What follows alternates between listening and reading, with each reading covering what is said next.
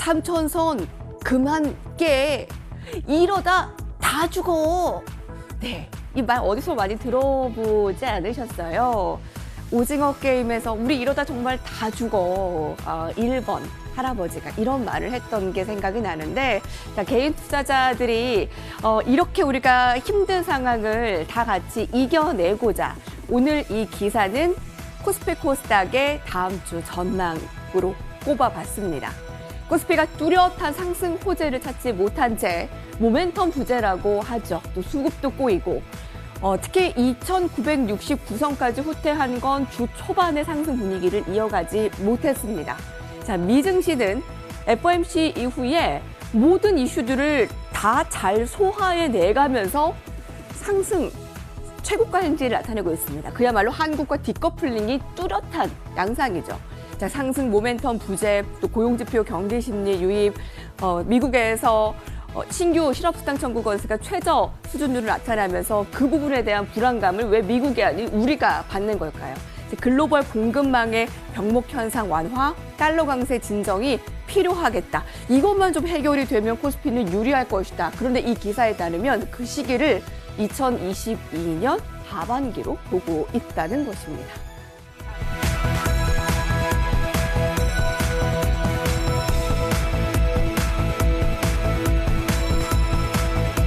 사실 저희가 요새 업종, 종목, 테마 이런 것들이 더 얘기할 거리들이 많았기 때문에 그런 것 위주로 말씀을 드렸는데, 오늘은 시황을 정말 오랜만에 보게 됩니다. 아마 이번 주에 가장 큰 특징이 미국 증시과 디커플링이 아니었나 싶어요. 맞습니다. 계속 이루어질까요? 상당히 보면 심각한 수준입니다. 왜냐하면 미국 시장 같은 경우에는 지금 일단 연준에서 테이퍼링을 결국은 결정했습니다.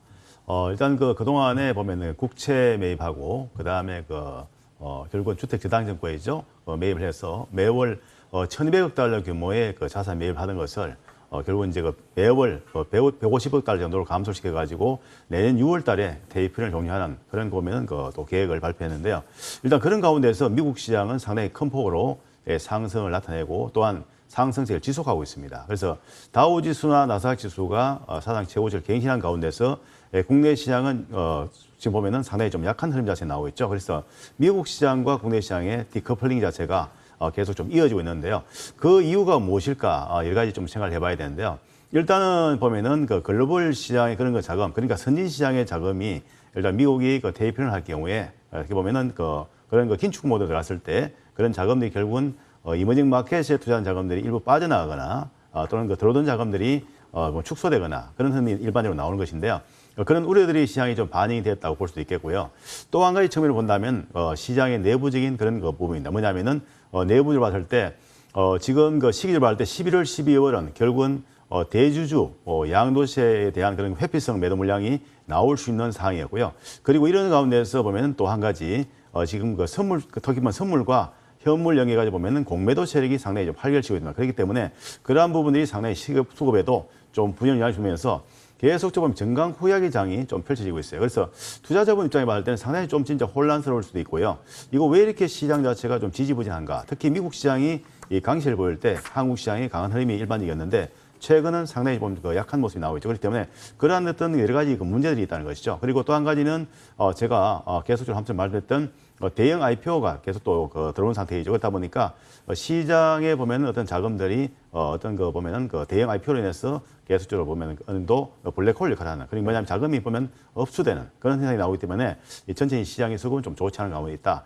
자, 그렇다면 현재와 같은 위치에서 어떤 식으로 대응을 할 것인가? 거기에 대해서 좀 말씀드린다면 우선 환율이나 그런 흐름을 체크를 해보도록 하겠습니다. 일단 뭐냐면 글로벌 시장에서 달러의 가치, 달러 인덱스의 움직임 보시고 그다음에 원달러 환율 좀 보시겠습니다.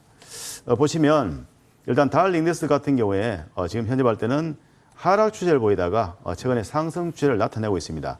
왜 그러면 달러 인덱스가 강세를 보이는가? 이 이유는 뭐냐면은 결국은 미국이 긴축 모드를 전환하게 된다면 결국은 자금, 달러의 공급을 중단하거나 축소하게 된다면 결국은 글로벌 시장의 달러의 가치가 상승할 수밖에 없는 그런 구조라는 것, 그렇게 볼 수 있겠고요. 그리고 달러 인덱스가 상승하게 되면 결국은 달러, 원, 환율 자체가 상승할 수가 있는데요.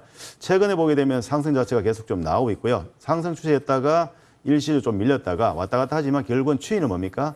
상방 쪽으로 가고 있는 것으로 봐야 됩니다. 이러한 부분을 결국은 외국인들 매물에도 상당히 부정적으로 영향을 주시는 그 변수인데요. 물론 오늘 양시장에서 다행히도 외국인이 또 매수했지만은 일단은 환율의 추이는 상방 쪽으로 가는 것으로 봐야 된다. 그렇게 좀 말씀드리고요. 그리고 이제 한 가지 지금 체크할 거 뭐냐면은 이제 결국은 종합지수의 흐름인데요. 지금 코스피 지수의 그 위치 중심 봤을 때, 이번에 급락이 나왔죠. 자, 보시면 대세파를 먼저 말씀을 드리면 이렇습니다.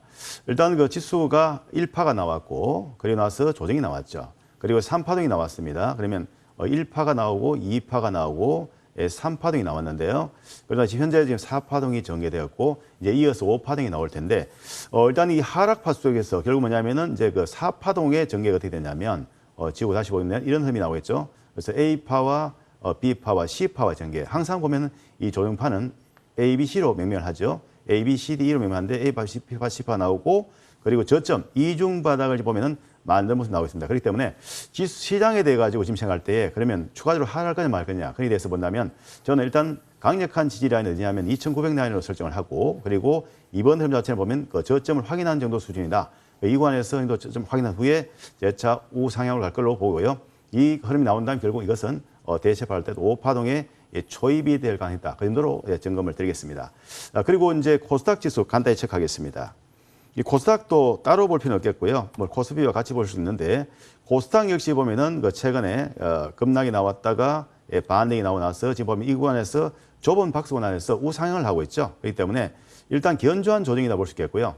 이 구간에서 일정을 쉬었다가 재차 추가적인 상승으로 전환하는 이런 흐름 자체가 나올 것으로 보이기 때문에 시장에 대한 전략은 뭐냐면은 지수가 크게 빠진다 그리기보다는 지금은 보면은 개인 투자자들의 그런 어떤 포트폴리오 리밸런싱 그 뭐냐면 결국은 대주 그 요건의 회피성 그런 매도 자체가 나오고 또 새로운 종목들을 또 들어가는 그게 뭐냐면 주가가 12,000원 정도 매도하고 또 내년 1월, 2월 달 겨냥한 그런 보면은 선침해가 지금 들어오는 시기이기 때문에 그런 그 변동이 있다는 걸 감안하셔가지고 대응하셔야 되고요.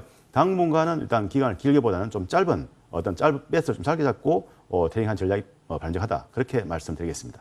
금요일에 오늘 시황을 볼 필요가 있어 보입니다. 물론 지수와 상관없이 좋은 이슈, 좋은 종목을 가져오는 것도 중요하지만 워낙 급등한 위원님은 시황을 잘 보시기에 저희가 오늘 준비를 해봤고요. 코스피는 미증시 사상 최고치에 따라서 상승 출발했지만 오늘 중국 증시가 1% 이상 하락을 하면서 오히려 그것에 연동을 하며 하락, 참 크게 줏대 없는 시장이라는 얘기도 많이 하는데 자, 다음 주 대비를 해보죠.